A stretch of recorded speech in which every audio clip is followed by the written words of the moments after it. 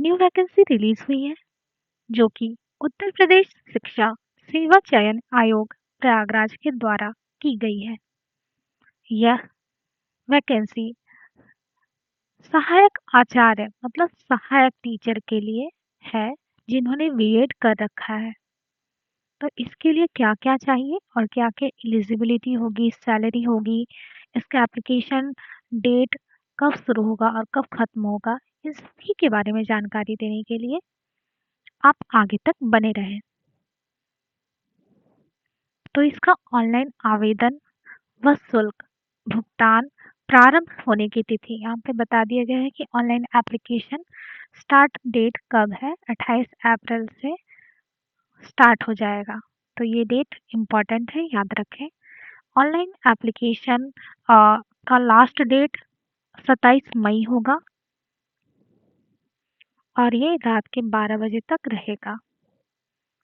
Online प्रस्तुत आवेदन में सुधार मतलब आपको करेक्शन करवाना है। तो ये इसके लिए करेक्शन करवाने के लिए फी भी लगेगी। यहाँ पे मेंशन कर दिया गया है कि 30 मई को करेक्शन कर सकते हैं। और परीक्षा का भी यहाँ पर डेट एग्ज़ाम डेट बता दिया गया है ताकि आप अपनी तैयारी अच्छे से कर सकें और आपको कोई भी प्रॉब्लम ना आए। 28 तारीख तक 28 जुलाई तक आप अपनी तैयारी पूर्ण रूप से कर लें। और 28 तारीख को तो एग्ज़ाम होगा, 27 तारीख 26 तारीख तक कर लें एग्ज़ाम की तैयारी। और इन सभी डेट्स को याद रखें, बहुत इम्पॉर्टेंट है। तो यहाँ पर बताया गया है कि कौन-कौन से पेजेस में क्या-क्या टॉपिक्स लिखे गए हैं। तो चलते हैं एक-एक करके आगे बढ़ते हैं।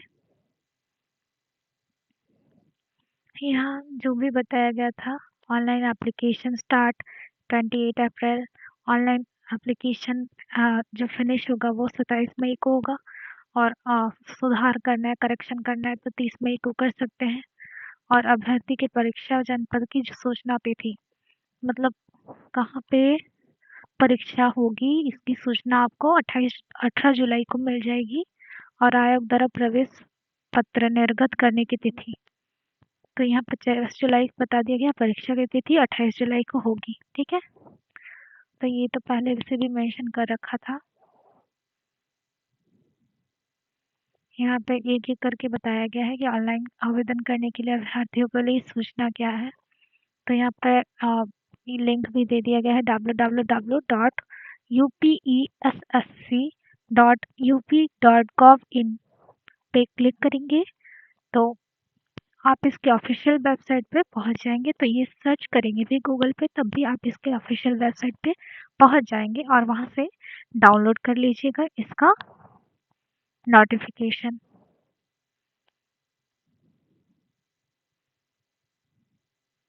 तो यहाँ पे अच्छी तरीके से सब कुछ मेंशन कर दिया गया है।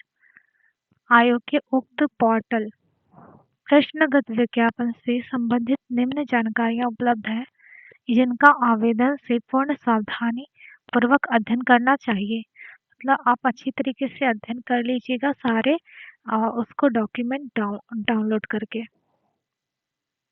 तो यहाँ पे आवेदन शुल्क बताया गया है कि सामान्य वर्ग मतलब जनरल वर्ग के लोगों को 2000 पे करना होगा। आर्थिक रूप से कमजोर वर्ग आर्थिक रूप से जो कमजोर वर्ग है उन्हें 2000 पे करना पड़ेगा ऑनलाइन एप्लीकेशन जब आप फिल करेंगे। अन्य पिछड़ा वर्ग के लिए 2000 रुपये होंगे और अनुसूचित जाति 1000 रुपये पे करेगा और अनुसूचित जनजाति 1000 इसको भी पे करना पड़ेगा ऑनलाइन एप्लीकेशन के दौरान। तो यहाँ कैसे कैसे सब कुछ बता दिया गया कि कैसे कैसे ऑनलाइन एप्लीकेशन आपको देना है, हिंदी में सब कुछ मेंशन कर दिया गया है। और यहाँ पेमेंट मोड्स भी बता दिया गया है, तो पेमेंट मोड्स देख लीजिएगा। आगे बढ़ते हैं। रिक्तियों का विवरण यहाँ पर बताया गया है कि कुल टोटल 107 पदों का मतलब विवरण है। मतलब पूरा 107 पद जो है टीचर्स के सहायक टीचर के वो खाली है जिसे फिल किया जाएगा। तो यहाँ पर अधिकतम आयु और वेतन मान बताया गया है कि अधिकतम मतलब हाईएस्ट आपका एज कितना तक होगा और वेतनमान यहाँ पर बताया गया है कि पे स्केल क्या होगा। तो इस विज्ञापन में अभिलिखित पदों के सापेक्ष सहायक आचार्य पद हेतु आवेदन करने वाले इच्छुक अभ्यर्थियों की अधिकतम आयु दिनांक 31/8/2022 को 62 वर्ष से अधिक होनी चाहिए। तो इस डेट तक आपकी आयु एज जो है 62 ईयर्स से अधिक नहीं होनी चाहिए, मतलब 62 ईयर्स से एक्सीड नहीं करनी चाहिए। सहायक आचार्य पद, जो सहायक टीचर का पद है, उसका वेतनमान होगा 1,56,000 से 3,91,000 के बीच में, जो कि ग्रेड वेतन 6,000 है और राज्य सरकार द्वारा समय समय पर देय भत्ते अनुमान होंगे। तो ये अप्रॉक्स में बताया गया है। तो यहाँ आरक्षित श्रेणी के आवेदकों हेतु निर्देश दे दिया गया है। सभी जो भी कैंडिडेट्स हैं इसके लिए अप्लाई करेंगे उनको ये पूरा डाउनलोड करके निर्देश पढ़ना पड़ेगा और जानकारी रखनी पड़ेगी। तो आपके लिए अनिवार्य शैक्षिक योग्यता, आपका योग्यता क्या होगा यहाँ पर मेंशन कर दिया गया कि असिस्टेंट प्रोफेसर सहायक आचार्य या प्रवक्ता बीएड हेतु न्यूनतम अर्हता है विज्ञान, गणित, सामाजिक विज्ञान, मानविकी में न्यूनतम 55% अंकों के साथ आपको परास्नातक उपाधि प्राप्त करनी होगी। मतलब आपके पास ये डिग्री होनी चाहिए और न्यूनतम 55% अंकों के साथ आप एमए, एमएड उपाधि आपके पास होनी चाहिए। या इन दोनों के अलावा मतलब ये दोनों नहीं है, या विज्ञान, गणित, सामाजिक विज्ञान, मानविकी में न्यूनतम 55% अंकों के साथ परास्नातक उपाधि और न्यूनतम 55% अंकों के साथ शिक्षा शास्त्र विषय में परास्नातक उपाधि और न्यूनतम 55% अंकों के साथ बीएड उपाधि या समकक्ष उपाधि प्राप्त होनी चाहिए आपके पास।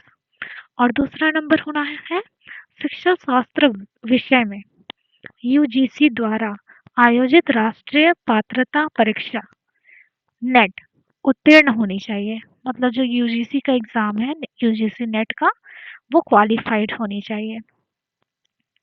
या इसके अलावा शिक्षा शास्त्र विषय में पीएचडी या डी डी फिल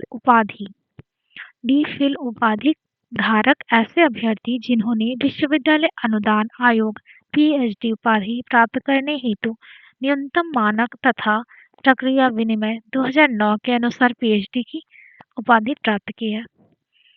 तो यहाँ पर नोट करने वाली बात यह है कि उत्तर प्रदेश शासन द्वारा आरक्षण नियमों से आच्छादित संबंधित वर्ग के अभ्यर्थियों को निर्धारित न्यूनतम अंकों में छूट होगी। तो यहाँ पर न्यूनतम अंकों में छूट हो सकती है जो कि आच्छादित संबंधित वर्ग है उनको। ऑनलाइन एप्लीकेशन की प्रक्रिया यहाँ पर मेंशन कर दी गई है और आरक्षण का भी यहाँ पर जो जिन वर्गों को लाभ मिलेगा वो वर्ग है अनुसूचित जाति, अनुसूचित जनजाति और अन्य पिछड़े वर्ग और आर्थिक रूप से कमजोर वर्गों के अभ्यर्थी। इन सभी को जो है आरक्षण का लाभ मिलेगा।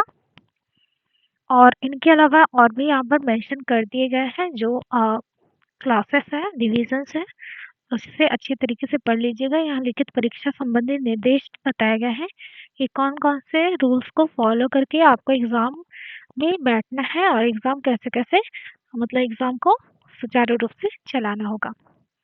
यहाँ चयन का आधार बताया गया है कि चयन का आधार कैसे है, मतलब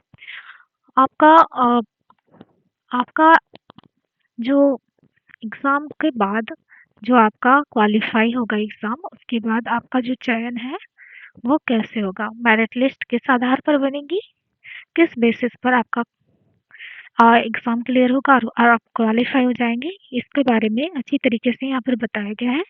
आप जरूर से जरूर इसको डाउनलोड करके पढ़ लें। ठीक है, तो यहाँ पर अच्छी तरीके से सब कुछ मेंशन कर दिया गया है। साक्षरता के लिए निर्देश भी दिया गया है कि यहाँ पे कौन कौन से डॉक्यूमेंट वेरिफिकेशन के वक्त आपके पास चाहिए।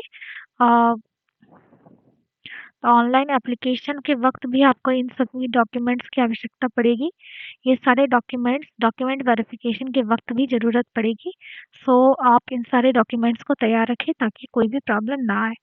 अगर SC ST कास्ट या अन्य पिछड़े वर्ग के हैं तो आपको इसके लिए प्रमाण पत्र दिखाना पड़ेगा। विकलांग वगैरह के लिए भी प्रमाण पत्र दिखाना पड़ेगा। और यहाँ पर एग्ज़ाम का मतलब बता दिया गया है कि क्षैतिज आरक्षण का विवरण। तो यहाँ पर देख लीजिएगा। तो आगे बढ़ते हैं